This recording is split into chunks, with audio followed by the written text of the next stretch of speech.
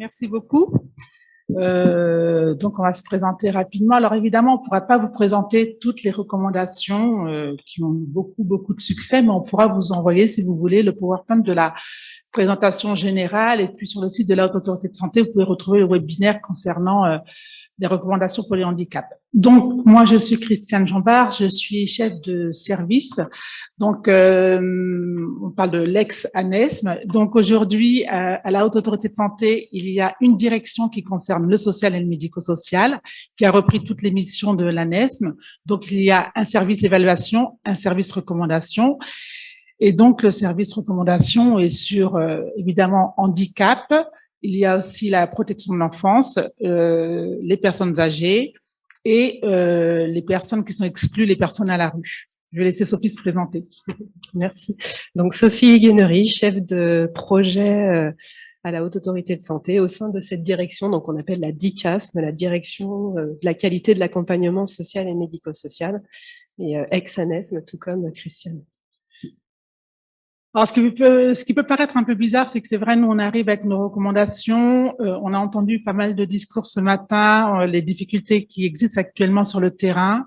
On se dit, ben voilà, nous, on est plein de convictions, en fait. Quand on élabore des recommandations, c'est une commande ministérielle. Là, on a rempli dans la stratégie quinquennale du polyhandicap, il y avait une fiche action, donc une demande pour ces recommandations sur la qualité de vie. Il faut savoir que ce sont quand même les premières recommandations sur le polyhandicap. On élabore des recommandations soit de façon spécifique ou bien de manière transversale dans notre service, et que voilà, on a apporté avec beaucoup d'émotion et beaucoup de fierté ces recommandations qui concernent le polyhandicap, des premières, en espérant que ce ne soient pas les dernières. Après, c'est vrai que le contexte était un peu particulier parce qu'il y a eu la Covid et qu'on n'a pas pu beaucoup communiquer sur ces recommandations.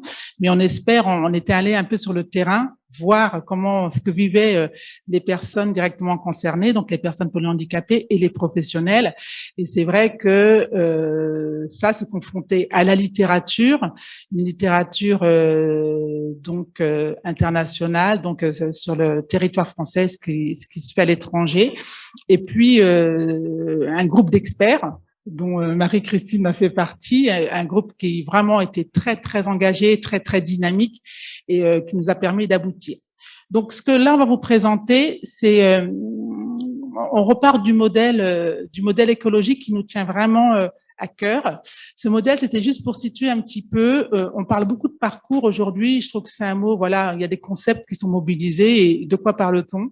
Là, c'était juste pour vous remontrer par rapport à ce modèle. Alors là, celui-ci, il est beau, il a des belles couleurs. On a racheté des droits au Québec. Il y a la personne qui est au cœur du dispositif, c'est le premier cercle. Vous voyez, ce sont comme des systèmes. Le modèle écologique, ce sont plusieurs systèmes, et on se dit, la personne, elle est dans le premier cercle. Autour d'elle, il y a sa famille, et puis après, les cercles, plus sont grands, c'est plus on avance dans la société. Donc, dans les premiers cercles, on retrouve la personne, sa famille, on va retrouver aussi les travailleurs sociaux, les professionnels qui sont autour d'elle. Puis après, on avance dans la société. Donc, il peut y avoir la scolarité, il peut y avoir, je dirais, le monde industriel, il peut y avoir le politique pour voter, etc. Donc, s'il y a une flèche à imaginer, vous voyez, de la personne qui serait là tout au début, tout au départ, la flèche, elle irait comme ça. Et donc, ça veut dire qu'il va falloir être très vigilant sur les transitions qui peuvent avoir, qui vont concerner la personne pour aller dans les autres systèmes. Et puis, dans le premier système, attention, c'est la personne avec ses caractéristiques personnelles, sa santé. Et puis, on est dans l'environnement. Ça reprend un peu le modèle de l'OMS, c'est-à-dire qu'une personne avec ses caractéristiques personnelles et les caractéristiques environnementales, tout ça, ça interagit. Et quand ça interagit, comment on avance dans les différents systèmes en pensant à ces interactions et comment on est vigilant par rapport à ce premier système, et on regarde comment la personne peut aller ou comment elle peut être accompagnée pour aller des autres systèmes. Alors, par rapport à ces systèmes, il y a, c'est important pour nous de repartir de ce modèle pour la personne polyhandicapée et de regarder quels étaient les facteurs de risque et les facteurs de protection à mettre en place et comment on peut réinterroger en facteur de protection l'accompagnement et comment il va falloir faire attention aux risques de sécurité physique de la personne, les activités, les aménagements, les moyens de communication, etc. Donc, il y a pour que la personne puisse évoluer dans tous ces systèmes, il y a je dirais, des prérequis à mettre en place. Alors après, on voulait vous présenter ce modèle que vous devez évidemment connaître, mais qui, pour nous, était important de montrer, on a travaillé avec les experts du groupe de travail sur le polyhandicap, qu'est-ce que c'est. Et donc, on voit bien quand même que là, vous avez quelque chose qui représente les déficiences, l'atteinte évidemment cérébrale précoce, puis vous avez toutes les déficiences qui sont là, donc déficience intellectuelle profonde, déficience motrice grave, l'épilepsie qui est souvent résistante, les altérations des capacités, la limitation majeure de l'autonomie. Enfin voilà, on voit que toutes ces perturbations-là, c'est important de rappeler qu'elles sont multiples et évolutives, ça constitue la personne. Et je dirais que par rapport à ce modèle, on vous le rappelle ici, parce que il y a un avant et un après pour les professionnels du social et médico-social, et là pour les professionnels du médico-social. Avant, justement, on se basait, je dirais, sur ces déficiences, et c'est pas qu'on accompagnait mal la personne, mais c'est qu'on l'accompagnait dans un but, le but de la protéger. Évidemment, quand on voit toutes ces déficiences, et c'est tout à fait normal, on se dit, oulala, attention, la personne elle a tellement de problématiques qu'on va la protéger au mieux et l'accompagner en faisant attention à elle, parce qu'on ne sait pas comment ces problématiques peuvent évoluer. Aujourd'hui, je dirais que face à toutes ces problématiques, on essaye si on dit que la personne est au cœur du dispositif, de regarder un peu ce qui est reconnaître les... Oui, ouais, il a parlé deux fois. Pardon.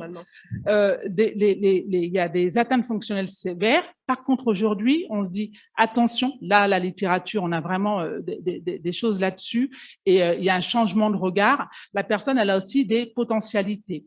Donc aujourd'hui, c'est de se dire, malgré toutes ces atteintes fonctionnelles sévères, quelles sont les potentialités à développer dès lors qu'on a accès à des stimulations, des situations d'apprentissage, on va revenir dessus, et tout ça, comment on peut faire dans un environnement qui soit favorable à la personne. C'est-à-dire que le changement de regard, c'est que je continue, quand je dis changement, je fais attention, c'est plutôt un changement de paradigme, je continue à protéger la personne. Par contre, dans une approche positive, et ça on l'a beaucoup développé dans les recommandations, dans une approche positive, je regarde, je vais faire des évaluations, je vais prendre en compte l'environnement pour que la personne soit dans un environnement favorable pour pouvoir, je dirais, communiquer. Donc, plus on va faire ça tôt, plus on va tenir compte de tous les paramètres. Et vous voyez, je vous ai montré tout à l'heure les systèmes dans le modèle écologique.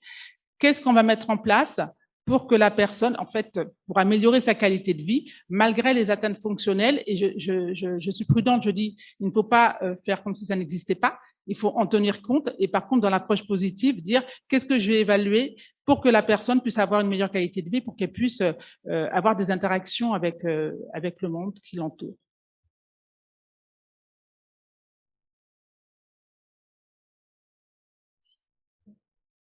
Voilà, donc avec ce que Christiane vient d'exposer sur les difficultés que peuvent avoir les personnes polyhandicapées, malgré ces limitations, on se rend compte que les évaluations sont indispensables. Elles sont indispensables pour pouvoir adapter l'accompagnement et pour pouvoir construire le projet personnalisé de la personne. Et justement, sur ce projet personnalisé, nous, on a tenu à insister dans les recommandations sur le fait que la personne doit participer à la construction de son projet personnalisé. Elle doit être actrice dans ce projet. Et si les personnes, les accompagnants, donc que ce soit les familles, les proches ou les professionnels, bien sûr, ils doivent discuter entre eux, ils doivent s'échanger les informations. Ils ne doivent pas oublier que la première personne concernée, c'est la personne polyhandicapée. Et donc, il est important de s'adresser directement à elle et de co-construire ce projet personnalisé avec elle. Il ne faut pas l'oublier. Donc voilà, différentes évaluations à mener. Aujourd'hui, on ne va pas toutes vous les présenter. Vous pouvez les retrouver dans les recommandations parce qu'il y a beaucoup de thématiques abordées. En tout cas, nous, ce qu'on voulait vous dire, c'est qu'il est important qu'elles soient réalisées. On sait que ce n'est pas partout le cas, ou en tout cas, la manière dont elle devrait être réalisée, on pourrait parler d'évaluation menée très finement quelque part, et on sait que c'est pas partout le cas. On a bien vu ce matin les moyens, les professionnels, voilà, il y a des gros manques un peu partout, et c'est bien malheureux. En tout cas, il faudrait qu'elle puisse être menée finement pour pouvoir, comme le disait Christiane, identifier les capacités de la personne, aussi petites soient-elles, il y en a forcément, mais ça peut demander du temps. Mais en tout cas, il faut se baser sur ces évaluations pour identifier ses capacités, ensuite identifier les besoins de la personne, et c'est en fonction de ça qu'on va pouvoir aussi démarrer tout le travail de stimulation, d'apprentissage et de choses à mettre en place. Donc, à la suite de ces évaluations, une fois qu'on a identifié les capacités de la personne, même si elles sont encore une fois petites, et qu'on a identifié les besoins, il va falloir mettre en place des stimulations et des apprentissages. Donc, les stimulations, tout ce qui est stimulation, stimuli, il faut savoir que ça favorise, ça fait partie des choses qui favorisent l'état de conscience de la personne polyhandicapée. Alors, il en existe plein de différentes et elles sont bien sûr distinctes d'une personne à une autre. Après, il faut juste réussir, excusez-moi, à trouver le bon équilibre. C'est-à-dire que bien sûr, pour développer les capacités, il faut stimuler la personne, mais il ne faut pas non plus ne faire que ça, parce qu'on sait très bien que comme on les stimule pas mal, elles sont rapidement fatiguées. Donc, il faut réussir à arriver à un équilibre pour ne pas surcharger la personne qui pourrait entraîner des problèmes de comportement. Et une fois qu'on a réussi à mettre ces stimulations en place, donc on va définir des programmes d'apprentissage avec toujours avoir en tête qu'il faut permettre à la personne d'essayer, il faut permettre à la personne de se mettre en situation concrètement pour que ça puisse fonctionner, même si c'est pas toujours évident et même si ce sont des petites choses au départ. En tout cas, voilà, avoir ces aspects-là en tête. Et dans ces programmes, c'est définir des objectifs atteignables. Alors atteignables dans le sens positif du terme, c'est-à-dire qu'ils soient proportionnés par rapport aux capacités de la personne. Il ne faut pas simplement se dire qu'on va être atteignable, on va se contenter du minimum. Non, au contraire, pour motiver la personne, il est important qu'elle réussisse à atteindre ses objectifs, donc il faut qu'ils soient adaptés et atteignables à la personne. Des finalités, bien entendu, quand on a des objectifs, c'est pour arriver à une finalité. Mais ici, ce qui est important, c'est finalement d'expliquer à la personne ce qui se passe, quel apprentissage, quel accompagnement est mis en place pour lui montrer un peu jusqu'où on veut aller. Parce qu'une personne polyhandicapée, même si elle a du mal à communiquer, en tout cas, nous, on nous a bien fait comprendre qu'elle comprenait beaucoup de choses. Et donc, si on lui explique ce qui se passe, si on lui explique ce qui va être mené, forcément, elle va comprendre. Du moins, en tout cas, elle va comprendre en fonction de son niveau de compréhension, mais elle pourra adhérer plus facilement et forcément, il y aura des effets beaucoup plus bénéfiques. Et puis, bien entendu, réévaluer régulièrement au fur et à mesure des apprentissages pour adapter toujours les objectifs le plus précisément possible. Toujours en termes d'évaluation, donc ça, c'est pareil, c'est des choses que vous retrouvez dans les recommandations. Il y a des principes communs qui se dégagent et qui sont importants et qui doivent être pris en compte dans ces évaluations. Donc, c'est des choses que vous connaissez, je pense, la plupart du temps. Les observations partagées, le fait que les professionnels prennent en compte tous les bilans médicaux et autres qui ont été réalisés pour pouvoir ensuite travailler sur la recherche de capacités, de compétences de la personne. Mais ici, c'est vraiment plutôt de le voir sous la vision de la vision partagée entre les différents professionnels. C'est-à-dire qu'il y a tellement de troubles qui peuvent exister, de difficultés, il faut que les équipes travaillent ensemble et partagent les bilans, les informations, ce qu'elles ont pu observer. Toujours travailler en fonction du rythme et de la temporalité de la personne. Son état de vigilance est fluctuant dans la journée. Il y a des fenêtres d'attention, donc ça, c'est en fonction des évaluations, on pourra les identifier. Et donc, il est important de travailler pendant ces fenêtres de vigilance, une fois qu'on les aura identifiées. L'environnement, donc là, Christiane vous en a parlé, je ne vais pas m'étendre plus longtemps dessus. En tout cas, c'est toujours réfléchir aussi à aménager l'environnement, l'installation de la personne, son installation physique, le fait qu'elle soit installée de manière confortable. Et ça, je pense que les professionnels en sont conscients et ils essaient de le faire au maximum. Faire attention aussi qu'elle puisse être bien installée dans la pièce, c'est-à-dire pas dos à une porte s'il y a beaucoup de passages derrière elle, parce qu'elles sont aussi sensibles à tout ça, même si on ne peut pas forcément le voir physiquement. Et puis, bien entendu, le développement des compétences tout au long de la vie, même si les interventions doivent être menées de manière précoce, le plus tôt possible, parce qu'on sait que plus ça démarre tôt, mieux c'est. C'est pas quand on arrive à 18-20 ans qu'on passe d'un dispositif enfant à un dispositif adulte que tout doit s'arrêter même si on est bien conscient que c'est souvent le cas. En tout cas, nous, on le rappelle dans les recommandations, ça doit continuer tout au long de la vie. Moi, aujourd'hui, j'apprends encore à mon âge, donc pourquoi pas les personnes polyhandicapées, on est tous pareils. Donc voilà, important de le rappeler. Autre point important, les familles, l'expertise des familles. Bon, on l'a vu ce matin, on en a discuté beaucoup, mais c'est vrai que nous, c'est une partie à part entière dans les recommandations et on y accorde beaucoup d'importance. On avait des familles dans notre groupe de travail. C'est les mieux placés pour connaître leur enfant, pour savoir comment la personne arrive à communiquer. Finalement, les familles, elles arrivent à décrypter le comportement de leur enfant quand il est content, quand il n'est pas content, quand quelque chose ne va pas, peut-être qu'il y a une douleur, quelque chose. Les familles, voilà, elles ont cette expertise et cette expertise, elle est précieuse pour ces évaluations et pour l'accompagnement. Donc là, il est important que cette expertise soit croisée et que les professionnels travaillent avec les familles dans ce sens. Un petit exemple de support, parce qu'on nous a demandé aujourd'hui aussi de vous présenter des choses un peu innovantes dans l'accompagnement des personnes polyhandicapées.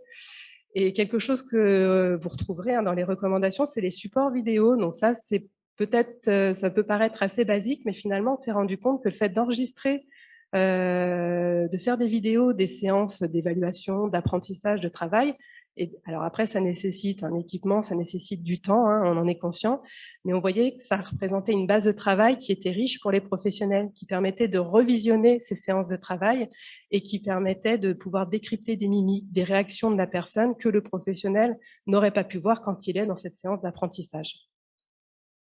Alors, pour compléter un peu ce que vient de dire Sophie, c'est vrai que l'environnement, on a parlé, on vous a montré au départ le modèle écologique. Et concernant l'environnement et les évaluations qui se font dans différents environnements, c'est vraiment important d'avoir l'expertise de la famille, de savoir comment la personne est aussi positionnée chez elle. En fait, ce que je suis en train de dire, c'est que le dialogue vraiment professionnel-famille, faut pas les opposer. Il y a des choses qui se mettent en place où la famille va vous dire, bah voilà, à la maison, à cette heure-là, ça se passe comme ça et ça se passe bien. Il faut essayer de voir comment l'établissement, par rapport à un environnement proposé, ce qui peut mettre la personne en difficulté ou pas. Donc, pour tout ça et par rapport aux environnements, il est important aussi d'établir des bilans des capacités sensorielles, etc. Donc là, on est vraiment dans le terme de les évaluations. Les évaluations, c'est au sens large. Je vais vous parler tout à l'heure de la communication, mais pour qu'il y ait communication, il faut savoir aussi faire d'autres bilans qui sont autour, qui vont aider, qui vont intégrer à la communication. Et puis, concernant le support vidéo, c'est bien aussi, alors, des films séquencés, ne le faites pas juste pour faire des évaluations. En fait, le support de vidéo, il peut faire partie, et surtout pour une personne handicapée, il peut faire partie de la pratique. Et c'est vrai qu'on observe des choses. Alors, on a vu, il y avait beaucoup de littérature sur le support vidéo, pour ça que j'insiste. Il y avait le plan large, par exemple, n'importe quoi, ça peut être au moment du repas, le plan large, et puis un plan plus spécifique de caméra, donc un plan plus spécifique sur la personne, et là, on peut observer des choses. Et ce que je dis, surtout ne pas opposer les familles, l'expertise des familles aux professionnels, c'est bien de visionner ces vidéos, soit en équipe pluridisciplinaire, et d'inviter aussi les familles. En tout cas, il se passe des choses, des choses qu'on ne voit pas. La vidéo, c'est parce que vous allez pouvoir faire un ralenti, et accélérer, etc. Et en tout cas, on trouvait que ce qui revient beaucoup dans la littérature, on trouvait que c'était vraiment pertinent pour pouvoir faire une évaluation fine concernant la personne. Alors après, évidemment, sur la communication, il y a tout le travail qui est mené aussi également avec la CNSA. Nous, on a travaillé vraiment sur les évaluations et interventions. Donc, franchement, cette histoire de communication, tout être humain, s'il communique pas, c'est très difficile pour sa qualité de vie. Donc, ça aussi, c'est dans le regard positif qu'on a porté sur une personne polyhandicapée. Et là, ce qu'on n'a pas dit là, mais qu'on a retrouvé dans la littérature, qui est quand même important, moi, qui m'a frappé, c'était de voir comment les professionnels essayaient d'interagir tout le temps avec la personne polyhandicapée et qu'on oubliait l'interaction entre pairs. C'est-à-dire qu'on voit bien quand il y a des fratries, comment la personne polyhandicapée et comment les frères et sœurs peuvent parler de la personne polyhandicapée, mais c'est pareil avec les autres personnes qui sont accueillies. On oublie, et c'est un défaut, je pense qu'on a je dirais dans le polyhandicap, mais dans d'autres types de handicap. Moi, je me revois sur le terrain. On oublie de créer les interactions entre pairs. Et ça, c'est vraiment quelque chose. C'est-à-dire que forcément, des gens qui habitent dans le même endroit pendant des années, même si ce n'est que 2 mois, il se passe quelque chose et il y a une interaction à développer. Donc, je dis attention, soyez vigilants de faire attention à ce que les personnes polyhandicapés puissent être en interaction avec les autres personnes. Donc, face aux difficultés majeures de communication rencontrées, il y a plusieurs outils qu'on a vus, des méthodes et techniques qui ont été élaborées pour permettre les interactions et les échanges. Il faut faire attention, parce que c'est vrai qu'on a vu plein d'outils, je vais en parler rapidement tout à l'heure, mais il faut que ça soit, n'oublions pas qu'on a une recommandation sur le projet personnalisé. D'ailleurs, je pense qu'il faudra bientôt qu'on l'actualise. Il faut que ça soit personnalisé. Quand on trouve dans la littérature des outils, des exemples d'outils, des exemples du numérique, plein de choses à mettre en place pour la communication, d'une personne à l'autre, on est tous, voilà, chaque être est singulier, d'une personne à l'autre, ça ne sera pas les mêmes outils. Donc, c'est pas demain, tout le monde aura une tablette, ça c'est n'importe quoi. Je dis attention, il y a les évaluations, elles doivent être fines, elles doivent être vraiment personnalisées, et on peut pas dire tel établissement aujourd'hui, je dis n'importe quoi, utilise du PEX. Ça voudrait dire que les évaluations fines, elles n'ont pas été faites. Si c'est l'établissement qui utilise du PEX, ça veut dire qu'il a imposé à tout le monde un moyen de communication qui correspond peut-être pas à celui de chaque personne. Donc c'est important par rapport à ça de définir un profil de communication et puis d'avoir des outils. Quand on dit définir un profil de communication, dans cette définition du profil, c'est attention, qu'est-ce que la personne, je dirais Alexandre, s'il a son profil de communication, je vais avoir des informations sur son profil qui me disent comment elle communique, et ça, ces informations-là, elles sont précieuses. Qui concerne sa sensibilité, enfin voilà, tout ce qui concerne le sensoriel, la communication, comment il communique. Et ça, c'est quelque chose qui doit partir, je dirais, dans tous les environnements, je reviens au modèle écologique dans lequel il évolue. Il faut qu'on sache que son profil, il doit être connu par tous et respecté. Les outils de communication qui sont adaptés, c'est pareil, c'est qu'est-ce qu'il a comme outil, qu'est-ce qu'il comment ils utilisent, comment je préviens, puisqu'il ne va pas, une personne, je rappelle, n'appartient pas à un établissement, elle va évoluer. Comment je préviens les endroits, il y a beaucoup de prévention à mettre en place, je dirais. Comment je préviens les endroits où il évolue pour que ces outils soient utilisés et qu'ils soient vraiment adaptés à lui. Et puis après, je reviendrai là sur la mise en place d'un programme d'apprentissage, c'est-à-dire que un programme d'apprentissage, après avoir fait des évaluations, c'est on va aller petit à petit, on va installer un programme, on va faire des évaluations, on va regarder où on en est, on va voir où ça stagne, là où on peut aller plus loin. Mais le programme d'apprentissage, c'est déjà rentrer dans une dynamique et de se dire que la personne polyhandicapée a des potentialités. Donc, c'est vrai que quand au début, quand on était dans le groupe de travail, on nous a dit, oh là là, mais de quoi parlez-vous? Je dirais que à partir du moment où on veut qu'il y ait des interactions, à partir du moment où on croit en la personne. Alors c'est vrai, quand on m'a dit oulala, croyance, les Québécois parlent de croyance en la personne, ça c'est dans l'approche positive. Eh bien, on va mettre en place ce programme d'apprentissage, mais ça se travaille en équipe pluridisciplinaire et encore une fois, ça se travaille avec les familles. Si vous n'associez pas les familles à ce travail-là, ça peut être un échec.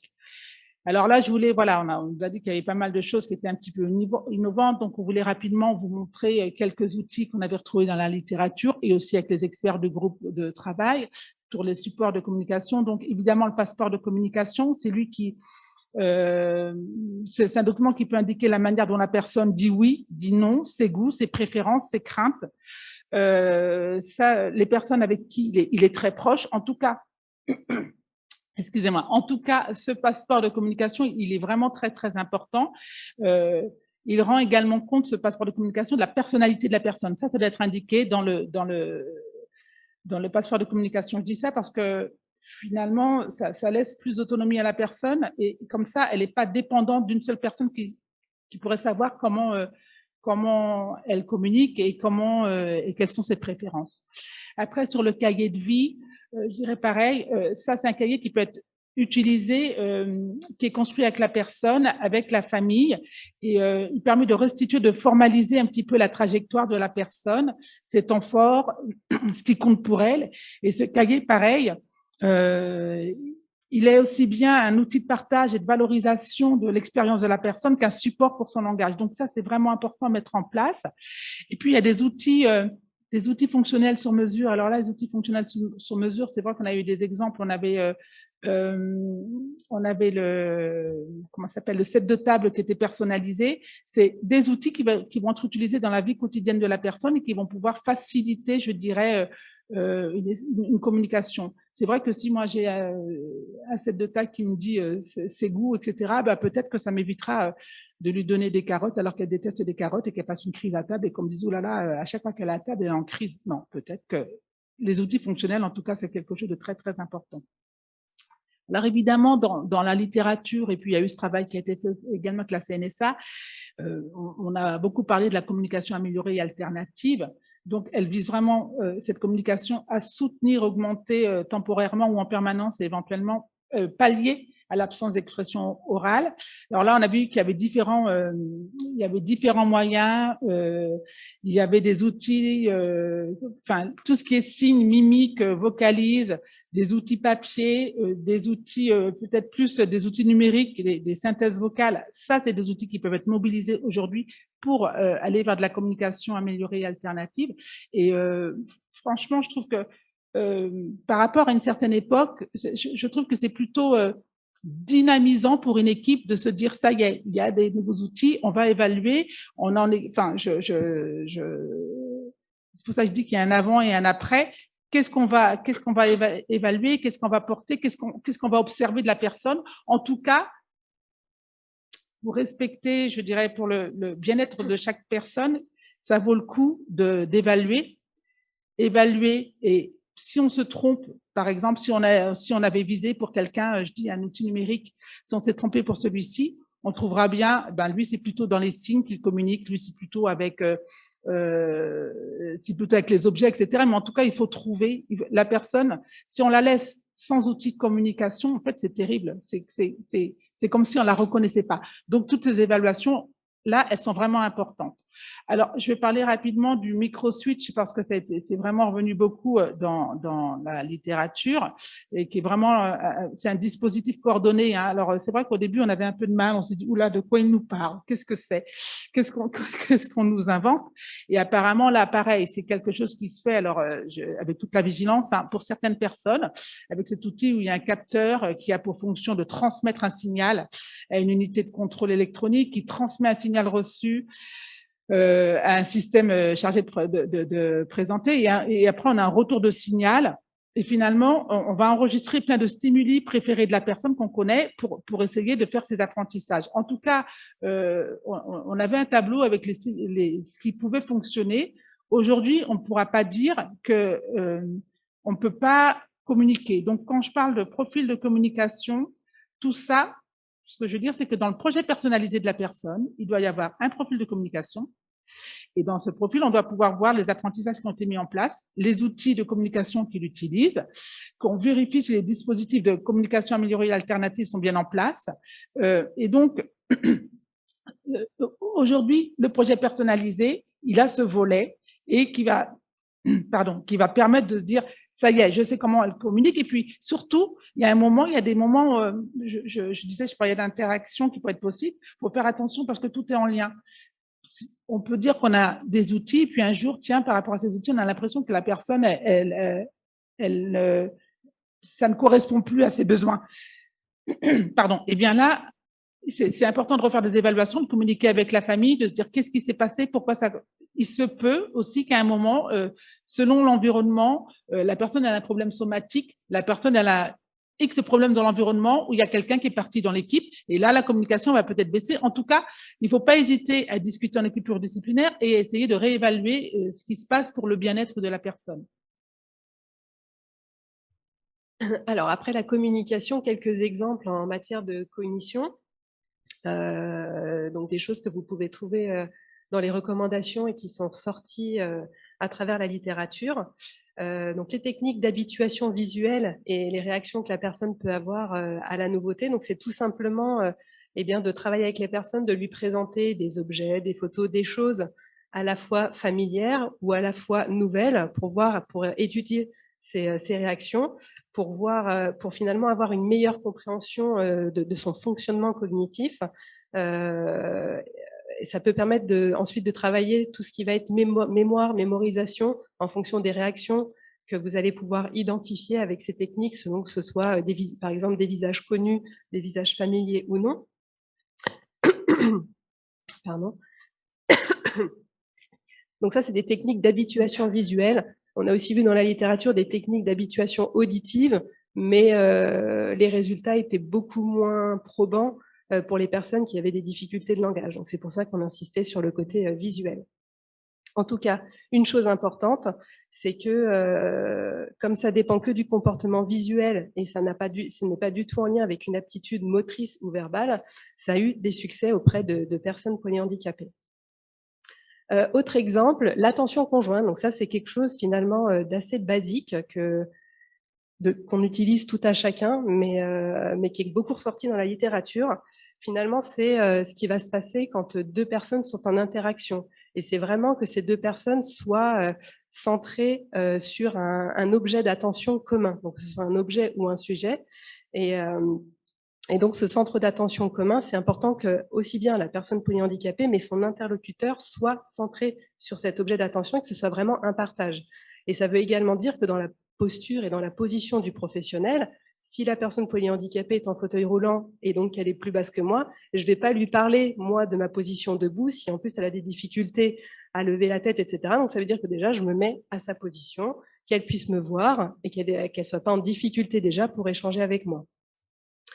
Et donc, c'est pareil, ça, ce sont des choses qui sont remontées. Les parents nous ont dit que dans les interactions sociales, c'était très important. Ça peut paraître basique, mais nous, on l'utilise au quotidien. Et avec les personnes polyhandicapées, ça fonctionne tout aussi bien. Et donc, voilà, ça permet de développer, en tout cas, les interactions avec les personnes polyhandicapées. Et juste un dernier point. Qu'on vous a mis ici, mais c'est un petit peu comme les micro-switches que Christiane vous a présenté, c'est quelque chose qui est quand même un peu scientifique, donc les potentiels évoqués. Donc moi, je vous avoue que j'ai appris, alors même si on peut connaître la technique, j'ai appris ça grâce à ces recommandations. Finalement, c'est d'enregistrer, donc ça c'est surtout dans les équipes de recherche, c'est pour ça que ça ressort beaucoup dans la littérature, mais comme ça apporte des informations, je pense que c'est quand même important de le vulgariser finalement et de vous dire que ça existe et que ça peut aider dans l'accompagnement. Finalement, c'est d'enregistrer le système nerveux. Donc, je crois que ça se fait par le biais d'électroencéphalogramme. Donc, ça demande un matériel assez spécifique, des professionnels qui sont formés. Mais en tout cas, il s'agit d'enregistrer le fonctionnement du système nerveux de la personne et en fonction de ce qu'on va pouvoir lui présenter, des stimulations qu'on va pouvoir lui présenter, et bien d'enregistrer l'évolution de son système nerveux. Si par exemple je lui présente des visages familiers et qu'il y a une réaction de son système nerveux, même si la personne n'a aucune mimique et que vous n'arrivez pas à décrypter quelque chose, on voit quand même qu'il se passe quelque chose et donc qu'elle comprend quelque chose même si elle n'est pas en mesure d'exprimer quoi que ce soit. Donc voilà pour les potentiels évoqués, même si on est d'accord, hein, ça reste assez scientifique, mais voilà, ce sont des petites avancées qui permettent quand même de se dire à un moment donné, on peut décrypter les réactions des personnes. En termes de motricité, donc pareil, des exemples de ce qu'on a pu identifier. Alors, c'est des choses assez simples, hein, encore une fois, mais proposer différentes installations de la personne. Donc là, il faut toujours se dire qu'on est dans une vision concertée. Hein. On est avec les indications médicales, pardon. On est en concertation avec la personne, avec la famille, excusez-moi, je veux parler trop vite. Et on voit aussi comment réagit la personne. Mais c'est tout simplement de tester différentes installations. Ça va lui permettre d'explorer son environnement de différentes manières. Et puis, on a vu que ça pouvait aussi permettre de créer des interactions, à la fois avec les professionnels ou ses proches, mais à la fois avec des pairs, comme en parlait tout à l'heure Christiane. Le fait aussi d'essayer de trouver les installations pour les différents moments de la journée. Donc, bien entendu, elles vont être différentes entre le jour et la nuit. En tout cas, être vigilant à tester des choses et à faire en sorte, pareil, de toujours évaluer si c'est confortable pour la personne pour pouvoir ensuite adapter le matériel. C'est-à-dire qu'en fonction de ça, on va pouvoir voir, mais ça c'est pareil, je pense qu'on vous apprend rien et les professionnels le savent très bien. Si on installe la personne plutôt dans un corset siège ou plutôt sur une flèche ou tout autre matériel. Et puis, les temps de liberté motrice, donc ça, c'est vrai que moi, quand je l'ai vu la première fois, je me suis dit, oula, en tant que professionnel, j'aurais eu un peu peur finalement d'explorer ce genre de pratique. Mais on a bien vu dans la littérature que, alors encore une fois, hein, c'est selon les indications médicales et selon comment la personne réagit, Mais finalement, quand elle est toute la journée dans un fauteuil roulant ou dans un corset-siège, lui permettre à un moment donné de ne plus être dans son fauteuil et pouvoir lui permettre finalement d'évoluer. Donc ça, c'est souvent des moments qui se font au sol, sans corset, sans rien du tout. Et bien c'est pareil, ça peut lui permettre, elle, d'explorer son environnement, de prendre aussi conscience de son corps et puis des limites quelque part que son corps lui impose. Ça peut aussi permettre après des interactions avec ces personnes. Et puis, voilà, ça peut se faire généralement au sol, sur un tapis, ou même tout à l'heure, comme on le voyait dans la petite vidéo, en milieu aquatique, en piscine. Ça permet également aux personnes voilà, de tester différentes positions. En tout cas, on arrive à la fin de la présentation. Ce qu'on voulait vous dire pour les professionnels, il est vrai que le changement de paradigme, c'est juste de dire qu'on était dans une, je dirais, on était peut-être dans une société où on protégeait beaucoup et qu'on avait une image du handicap, pour pas être juste sur le pôle handicap, où on voulait protéger. Aujourd'hui, il y a des évaluations. Évaluation dans le médico-social, c'était quelque chose, un mot qui était très, très, très mal vu, très mal perçu. Aujourd'hui, je dirais que sans ces évaluations, un enfant qui va à l'école, il a des évaluations régulièrement pour voir voilà son niveau, etc. Il faut vraiment utiliser le terme évaluation comme allez, on va aider, on va accompagner la personne polyhandicapée de façon positive pour qu'elle puisse interagir en fait. C'est pas il y a rien de grave et je sais que par rapport au monde médical où on fait des évaluations ou des diagnostics dans le médico-social et dans le social, c'est un mot qui avait du mal à être perçu. En tout cas, c'est je dirais aux professionnels de terrain, si on avait des mots à dire, c'est que aujourd'hui, toute personne polyhandicapée est en interaction avec son monde. Pour qu'elle soit en interaction avec son monde, que ce soit les professionnels avec sa famille, c'est à nous, évidemment, c'est à nous d'accompagner cette interaction et d'accompagner ces évaluations pour qu'elles soient, pour que l'interaction elle soit la plus positive possible. Je dirais aussi aux professionnels, attention, des fois vous êtes là à côté d'une personne polyhandicapée, des fois on parle, on raconte plein de choses à côté, en pensant qu'elle ne comprend pas, mais avec sa sensibilité, faites attention et soit vous avez le droit d'avoir un petit moment où vous voulez parler avec un collègue, mais si la personne est à côté de vous, asseyez-vous et montrez-lui qu'elle est dans ce cercle. Finalement, l'interaction, c'est que c'est pas une personne à côté de vous et puis il se passe des choses avec des professionnels. À partir du moment où on est dans un établissement, que la personne elle est là, bien un minimum, c'est qu'on s'assied autour d'une table et qu'on discute. C'est des petites choses comme ça auxquelles on peut faire attention, mais c'est des petites choses qui fonctionnent et que les mots, je dirais que les mots ont un sens et ils en ont un pour les personnes polyhandicapées, donc une vigilance. Après, évidemment, toujours quand on dit informer la personne de ses droits, c'est la personne et sa famille. S'arranger pour que ça soit fait de la façon la plus simple possible, parce qu'elle a le droit de savoir. Quand on dit favoriser son autodétermination, on nous a dit n'importe quoi, autodétermination et polyhandicap, c'est n'importe quoi. Eh bien, si, aussi petite soit-elle, il s'agit bien d'autodétermination. Je dirais qu'il y a, selon je dirais, des problématiques, selon des troubles, etc., il y a des degrés dans l'autodétermination, mais même si elle est petite, c'est bien, il s'agit bien d'autodétermination. Et puis, évidemment, la co-construction de son projet personnalisé qui se fait avec la personne elle-même, celle qui est au cœur du dispositif et avec sa famille. Et puis après, évidemment, les supports adaptés parce qu'il faut se mettre à la place de. La littérature parle dans l'approche positive d'empathie positive. Vous savez, il y a l'empathie, on est là, oh, la pauvre, etc. Non, c'est pas ça. L'empathie positive, c'est pas du tout ça. C'est juste une empathie où je me mets à sa place et je me dis, waouh, à sa place, là, il se passe quelque chose. Tiens, elle est en train elle crie, elle s'agite, elle s'énerve. L'empathie positive, c'est de dire peut-être qu'elle a quelque chose, elle a mal quelque part, il faut que je regarde, il faut que je vérifie. C'est ça l'empathie positive. Nous avons terminé notre propos. Merci.